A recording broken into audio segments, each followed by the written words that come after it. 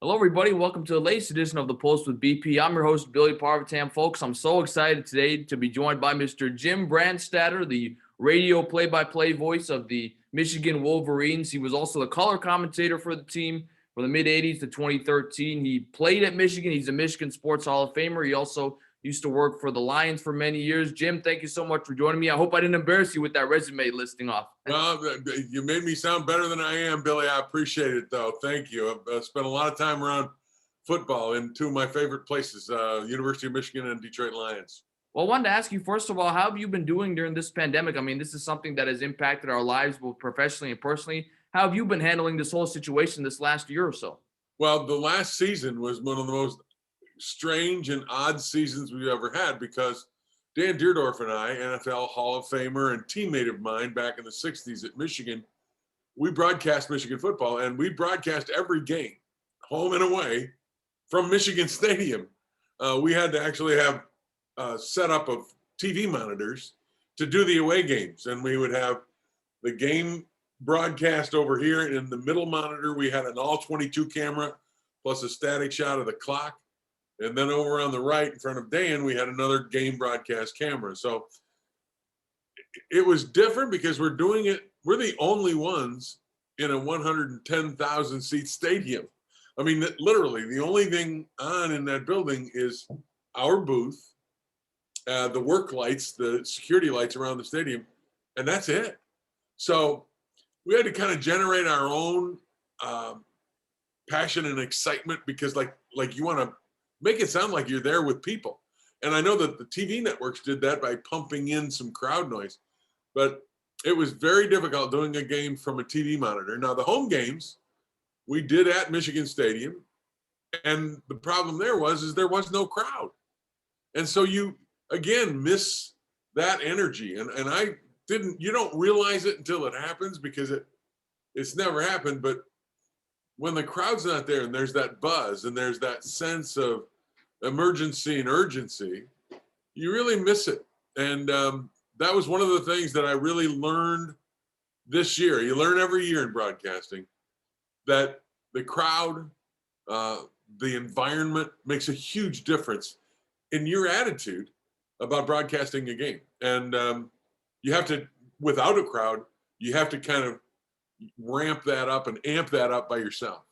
Well, I wanted to ask you because you overlapped with both the Lions and the Wolverines for about 30 years or so. How crazy did your falls get calling Wolverine games on Saturday and Lions games on Sunday? It got very crazy. I didn't get very much sleep. I mean, there was one trip from Honolulu, Hawaii to Philadelphia overnight. And one night we were in Colorado playing the Buffaloes with Michigan, and the next day at noon I had to be in Pittsburgh. So you get a lot of different, and playing Saturday at Michigan and then getting up Sunday morning and flying to the West Coast. There were many times that I was in the air on a Sunday longer than I was on the ground calling a game because we would fly in commercially, and as soon as the game was over, I'd get on the Lions charter and we'd fly back to Detroit. So I'm like 8-9 hours in the air on Sunday and 5 hours on the ground. So it was a little bit different, but back then it was such an adventure for me. And every time I got a little wary and worried about my sleep or lack thereof, I kept thinking to myself, how many guys out there, how many people out there would be willing to give their left arm to do what I do? And when I kind of thought about that way, I said, be thankful that you've got this opportunity. And it's the old story, Billy. If you have a job you love, you don't work a day in your life. That's definitely a great perspective to have. And you work games at one of the most iconic places in all of college football, the Big House, Michigan Stadium. I mean, how do you describe what it's like to call games there? Well, it's the first thing to preface that, it's an unbelievable place to play. I played at Michigan, and I ran out underneath that banner and out that tunnel in front of 100,000 people. That by itself was an amazing experience. I mean, it's as if it's a blur. You don't really understand and recognize it. And so broadcasting a game in front of that many people I got a little bit of a break because I played there. And so broadcasting a game in front of that many people, it just gives you a sense, what a great responsibility you have. I mean, you look around and there's this mass of humanity in this area that you're sitting on a Saturday afternoon is bigger than some towns in the state of Michigan. I mean, there aren't towns that have 100,000 people as population. So you realize what a great sense of responsibility is to those people and to all those at home and in their cars listening to the game. It is I don't want to call it sobering, but it's sobering and exciting and really a passion builder to broadcast a game at Michigan Stadium with that many people who care. I mean, to think about how many people care to show up and spend their day to watch a bunch of college kids run around, knocking each other around, knocking the ball around in competition.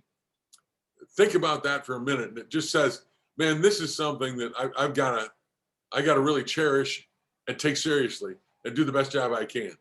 So you had so you did college color commentating rather for many years, and you had this opportunity to become the play-by-play announcer after the 2013 season. How did that opportunity come up, and how was that transition, especially because you're unique in the sense that you played at a high level, so you have a perspective that many play-by-play guys just don't have? Right, and the key deal there is that we were trying to find, when the transition happened, the regular play-by-play guy retired. I was not ready to retire still, so I was going to stay and do the color. And whoever the play-by-play guy was, and the athletic director at the time, Dave Brandon, said, "Hey, can you do the play-by-play?" And I said, "Well, I've done it before. I'll send you a tape." And I auditioned just like everybody else. And he said, I think you can do it because we can get Dan Deerdorf, I think, to do the color. Well, if you've got the opportunity, hey, let's face it, Dan had reached the pinnacle of NFL of football broadcasting. You're on Monday Night Football when Monday Night Football was, the franchise, and you've got the opportunity to use him and a former player, NFL Hall of Famer. You want him on that broadcast automatically. He's worth a lot of radio turns. And so I said, again, it goes back to my background as a player. Schembechler always said it's important about the team. And Dan and I as a team would be really good. So I said, I'll make the switch to play-by-play. And that's how that happened. It was very difficult. I thought I knew what I was doing. And I'd worked with a bunch of guys, great play-by-play guys. Dan Miller, who does Lions football to this day. Mark Champion, who did Tampa Bay play-by-play before Gene Deckerhoff, and then moved into Detroit Pistons. Frank Beckman. These guys were top-notch, right at the tip of the sword play-by-play kind of guys. So I learned a lot from them, but doing it, you've got to learn, and you need to know how to prepare. And that was the most difficult thing for me, preparing differently than I would prepare for color. And each year, I think I've gotten a little bit better at it. Well, how do you prepare differently when you're the play-by-play guy as opposed to the color? Well, here's my philosophy on this. You ask the questions that everybody says you ask: who, what, when, where, and why. Right? Those are questions that you have to answer as a broadcaster. Well, in my opinion, the color guy answers the questions why and how. The play-by-play guy has to answer the questions who, what, when, and where. Now, the who, what, when, and where are given to you somewhere in the stadium. The who is a number on a name and a name on a jersey. The what is the yard line. And you can see the yard line. It's printed out there for you. The what's a pass, a run, left or right. The when is simple. You look at the clock, and that's when it is. It's first quarter, 3:52 to go, okay? But in order to weave all that who, what, when, where in a nice narrative and include in that the passion and the excitement of the game itself as it's happening is a hard thing to do, a lot harder than I thought. The color guy answers the questions why and how. So when I did color for years, I didn't watch the ball. I'm many times when I did the color after 31 years of Lions in Michigan doing the color, I would leave the stadium and go down to do post game, and I'd have to ask somebody, I said, what was the final score? Because that wasn't my focus. My focus is, why did that 70-yard touchdown pass happen? Was it a pick play over there where the cornerback got picked by a running back, or was it a breakdown in the coverage where the safety missed a call? And I'm watching that as opposed to the score, how many yards they gained, first down, second down. And so you have to do a different job. And those two jobs have to mesh. And for me, making that transition, I had to relearn how to broadcast a football game from a play-by-play guy's perspective. It took me a while, like I said, but those are the things I had to learn to do: the who, what, when, and where, and be able to use a narrative that was comfortable, passionate, informative, and entertaining all at the same time. That's awesome perspective to have. And Jim, you work with a guy who's well known in college football nationally, and that is Jim Harbaugh. I mean, he is a character when we see him in the national media. How do you describe what it's like to work with him in more personal settings? Well, the one thing about Jim is that, remember, I covered Jim when he was a quarterback. I mean, that's how long I've been doing Michigan football. So I knew him when he was a 21-year-old kid, and he was, guaranteeing victory over Ohio State after getting beat against Minnesota. So I've known Jim a while, so I know a little bit about his personality. I know his father very well because Jack was an assistant coach for Bo Schembechler, and I was covering football games back at the time. So I know a lot about his family, know his mom real well. And Jim's the one thing about him, I'll tell you, is he's a competitive son of a gun. You don't get to where he's gotten as a player through Chicago and play for a guy like Ditka, who is not the easiest and most user-friendly coach in America, then go to Indianapolis and become this captain comeback kind of quarterback. He is a competitor. I mean, he will, if you go pitch pennies against the side of a building, he'll want to beat you. He'll want to kick your butt. I mean, that's who he is. And as a coach, he's very detailed. But again, he's one of those guys that idiosyncrasies, and all coaches are the same way. He'd rather coach than talk to the media. So at some times he comes off as being a little aloof or a little distracted. And I think part of it is because this isn't my job. My job, I want to talk to my quarterbacks, And that's where I think a lot of coaches have that similar deal. I mean, Nick Saban's similar. He's a little bit not user-friendly at times.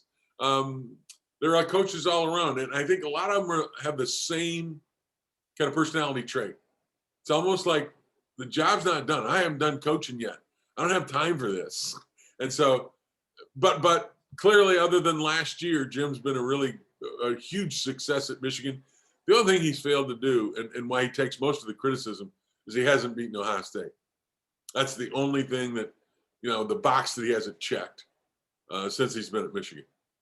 And I wanted to ask you, Jim, you've been doing broadcasting your whole life, since you graduated from the University of Michigan. What's your advice to young sportscasters like me, aspiring sportscasters who want to make it during this pandemic? I mean, you know better than anyone, it's already a competitive business, and now we have to deal with the realities of the coronavirus. So what's your advice to young guys and girls like me who want to make it in this field?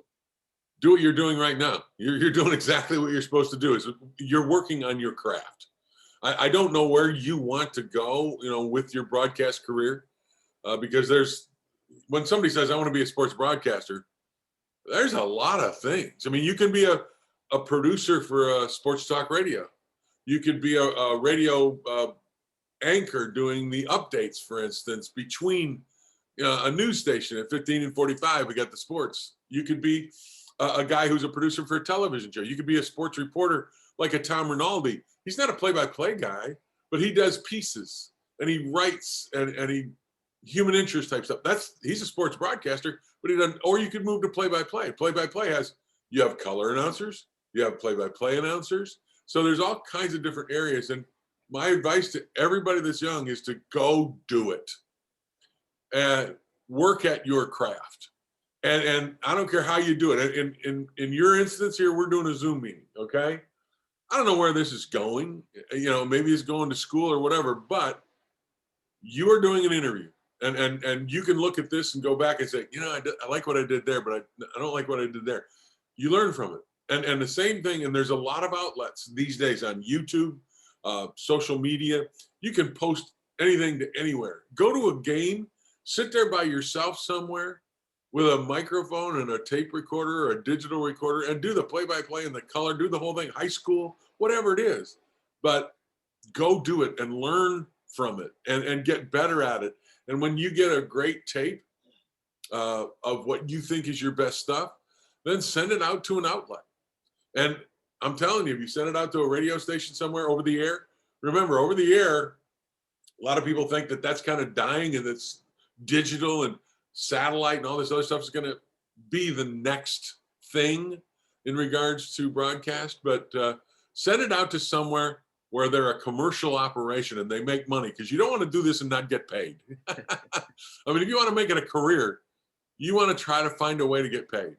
And do you get your best tape, send it out there. And if somebody says, hey, we'd love to have you come work for us. We don't have a position right now, say in sports play-by-play, but we can put you in as a producer for our sports talk station or our sports, our morning drive talk guys.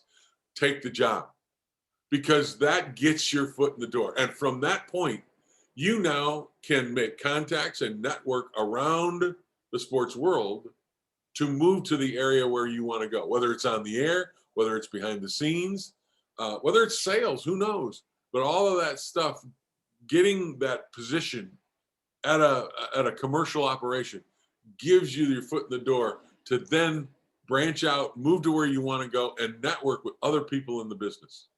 And I wanted to ask you, Jim, because you've covered so many Michigan and Lions greats over the years, I kind of wanted to do an express round with you. I wanted to name a player, and you tell me either a story or some sort of memory you have of them that really sticks out to you.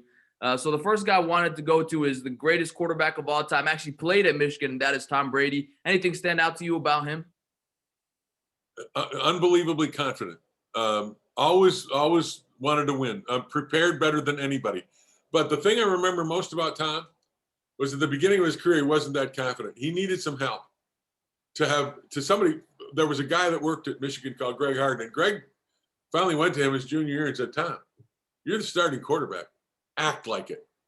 Because he was sitting there, kind of worried about this and worried about that. He said, Tom, you're the starter. Act like it. And all of a sudden the light went on. And from that moment on, Tom Brady became this leader, this indomitable spirit. And the last game he played at Michigan was the 2000 Orange Bowl against Alabama. He was unbelievable. I don't think a pass that he threw in that game was ever touched by an Alabama player. I mean, he was that accurate. He was that good. We went to overtime and we won the game. And Tom Brady at that point, when people asked me, and I was broadcasting NFL games, so asked me, could Brady play in the NFL? I said, yeah, Brady can play in the NFL. I had no clue, and I would be lying if I told you I thought he was going to be the best ever. But he took the lessons he learned at Michigan and learned how to be that guy. It's the intangibles. And Brady has the intangibles in spades. What about Charles Woodson? He famously won the Heisman Trophy in 1998 over Peyton Manning. Again, same thing. Saw him as a freshman. Said, this guy's going to be a good corner. Didn't know he was going to be. And then all of a sudden, there's a thing that happens with a young man. They play. They're playing really well. And all of a sudden, there's a thing that says, you know what? I can even take it higher. And that confidence, they almost grow up. They mature. And when they mature into this leader. The intangibles come out. And the guy that says, I want to make that play. You give me the hardest guy to cover. That was Charles. And every other teammate on this that said, whoa, Charles will make it happen because Charles wants it. It's that story that they tell about Kirk Gibson. There are a lot of guys that with two out in the bottom of the ninth, down 2 and 2 runners on, and that manager looks over and says, who do I want to pitch at? There are a lot of guys that turn their back and go get a drink of water. And there are some guys that stand next to the manager with the bat, said, make it me. They don't care if they fail. They want the shot. And Gibson was like that. Michael Jordan wanted that last shot. When the game's on the line, I want the ball. I don't want anybody else to have the ball. Give it to me.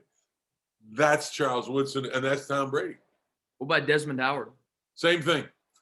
Desmond was a guy that wanted to be as good as he could possibly be. And there was a period of time where he and a guy named Derek Alexander were kind of like bookend wide receivers. In a Boston College game, Derek got hurt. And Desmond, the year he won the Heisman, had to kind of take over. And And again, the job wasn't too small. The job was, Derek's gone. Now it's up to me. I am willing to take that. And you saw him grow. You saw his confidence grow. And again, just the ability to say, throw it to me. You know, Anthony Carter was a very similar player. Bo Schembechler used to say to John Wangler, his quarterback, he said, John, I don't care if Anthony's double covered. Throw it to him. He'll find a way to make a play. There are individual players that have that kind of unique ability that you kind of let them go. And what you've mentioned in the last minute and a half, 2 minutes, are those kinds of players. And Desmond was one of those players in spades. Going back to your Lions days, how about Barry Sanders? The best ever. I know that here's my take.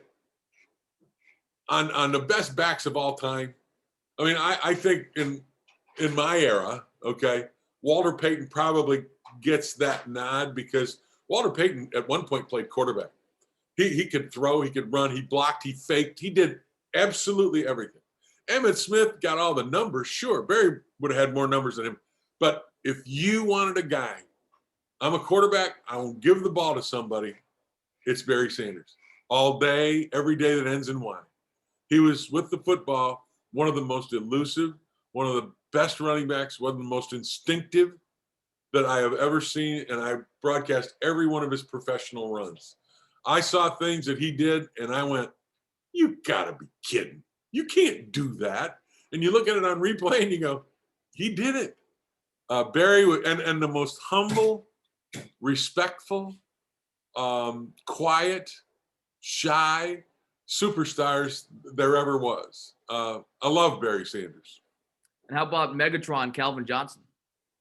Again, isn't it amazing how these guys have so many similar traits? Hardest worker on the team. Guys in the Hall of Fame. But we would go to practice. Calvin's out there diving for balls. I mean, and you're sitting there going, no, Calvin, don't. No, you don't. You might get hurt. That's not the way the guy became the best ever. And again, very humble.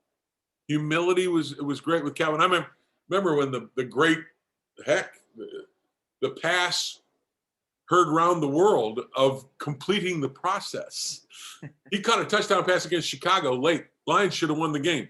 He fell on his side, fell on his butt, fell on his left, turned around with the ball in his hand, put the ball down on the ground to kind of help himself up, like you'd put two hands on the ground to get up, left the ball on the ground, and the referee said you didn't complete the process.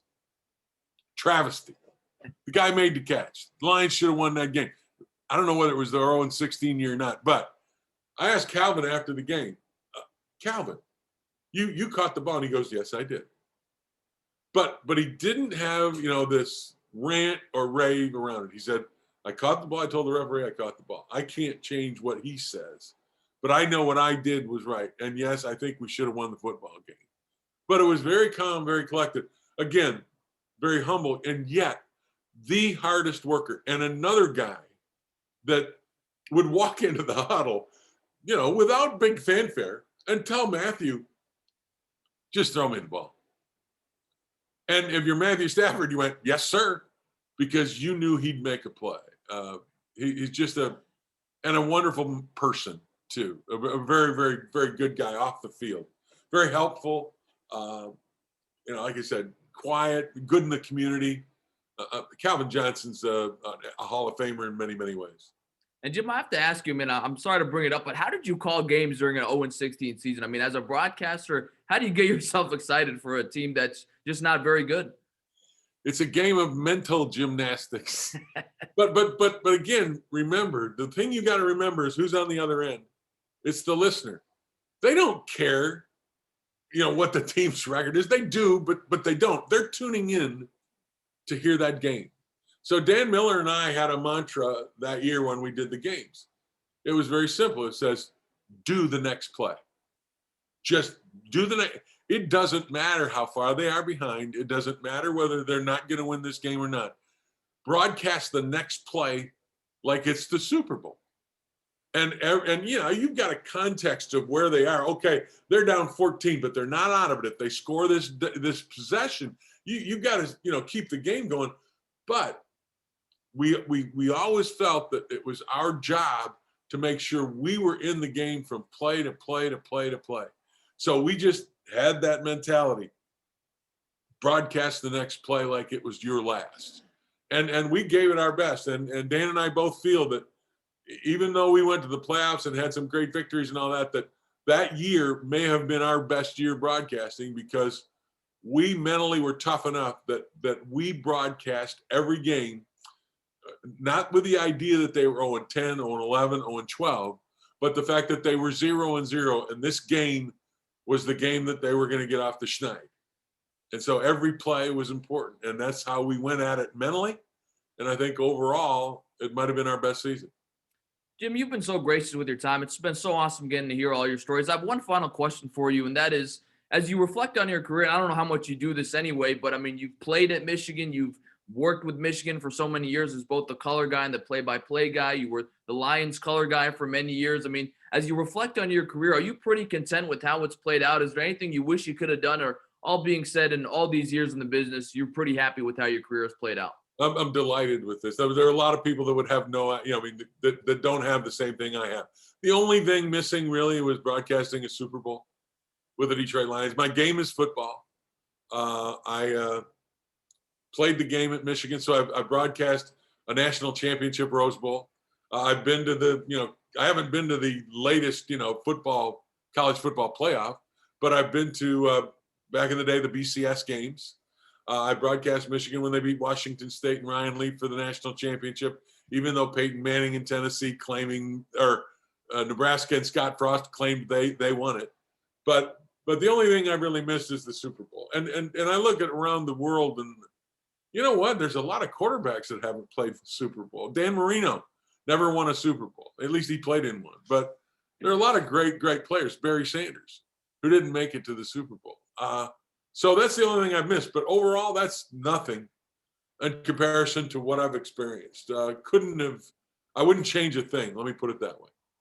Jim, this has been such a pleasure getting to talk to you about your illustrious career with both the Wolverines and the Lions, getting to hear all the stories, but all the great people you've covered. Thank you so much for your time. I can't tell you how much I appreciate you joining me today, and I hope you enjoy the Florida weather. Billy, thank you very much. You take care of yourself up there in Hokie Land.